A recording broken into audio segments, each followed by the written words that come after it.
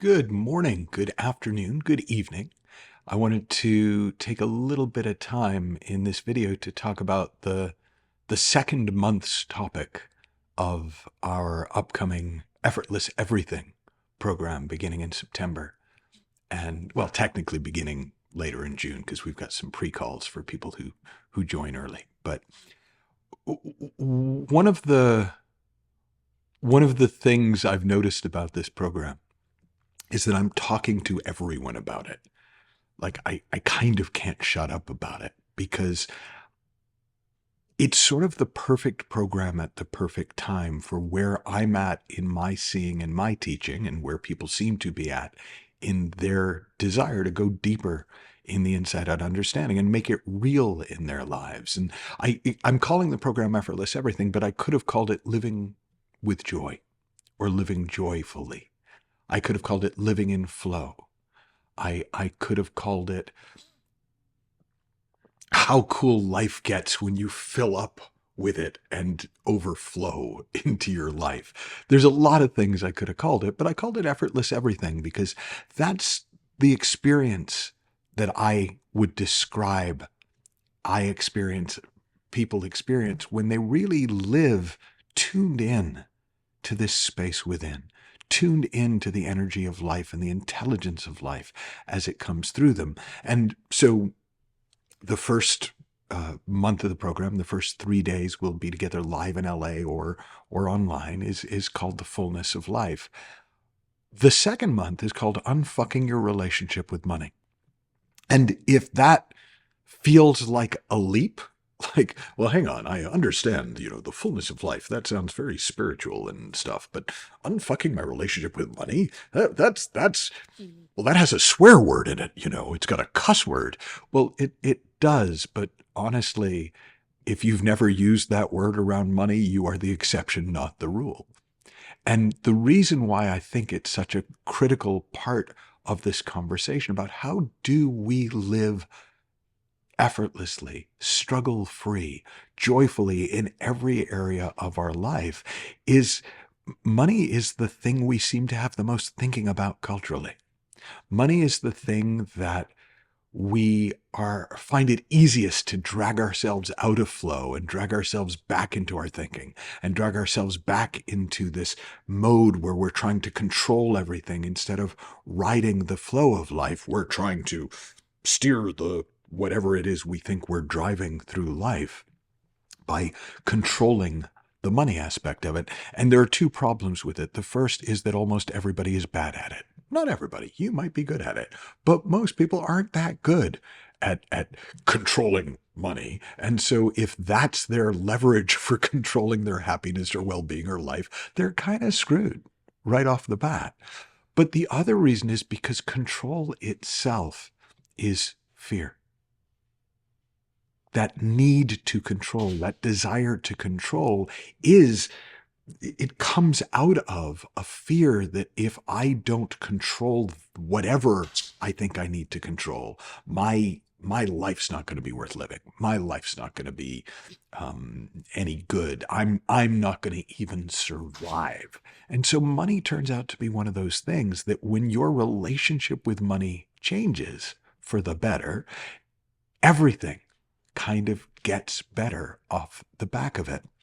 And so in this month, we're going to look at why our relationship with money is so fucked up culturally and personally, and how do we unfuck it? Like, how do we create a brand new relationship with money that's based on love and appreciation, that kind of is based on a happy flow of money and not based on fear and not based on an attempt to control an external variable to control our internal state of mind, our internal sense of aliveness, our internal sense of joy.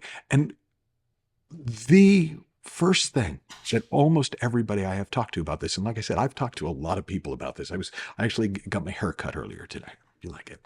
And the woman who cut my hair, I was telling her about the program and she was interested. Oh yeah, that bit sounds good and that bit sounds good. But when I got to unfucking your relationship with money, she was like, oh my God, I need that. How do you do that? And then before I could answer, she said, "'Cause money is the root of all evil, you know." And I went, well, that's part of the problem right there. Money is not the root of all evil. Evil is the root of all evil. And money's just what gets blamed for it. Fear is kind of the root of all evil, because when we're scared, the world looks scary. We project that fear onto external people and objects, and then we feel like the world is scaring us. And then from that, the response of some people is, oh, right, well, I'm going to get them before they get me. And that's what we would describe as evil. It's an absence of love. It's an absence of compassion. It's an absence of kindness. It's an absence of aliveness. It's an absence of presence. In the presence of a lot of really unhelpful and kind of terrifying thinking. And when we separate out money from all the things we project onto it, evil or good or savior or necessary evil, or however we've got it coded in our thinking, however we've created it with the gift of our imagination, the gift of thought, it allows us to start fresh. It allows us to recreate money, literally, because money doesn't exist. I don't know if you've noticed this. Like, I could pull out pieces of paper right now, and we could call them money in my country, right?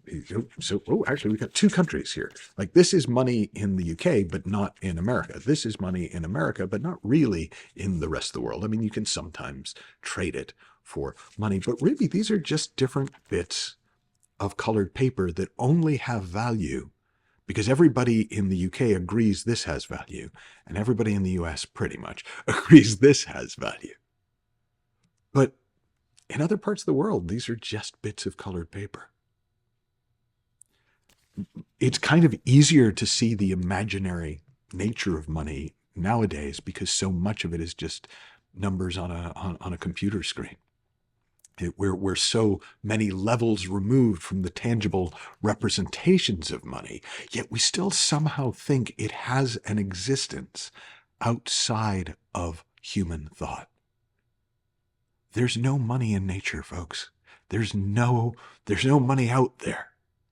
It is all a creation of the human mind. And that turns out to be phenomenally good news, because what we create with thought can be recreated. And it can be recreated and recreated and recreated until we create a version of it that we love, until we create a version of it that we're happy with, until we create a version of it that we can fall in love with.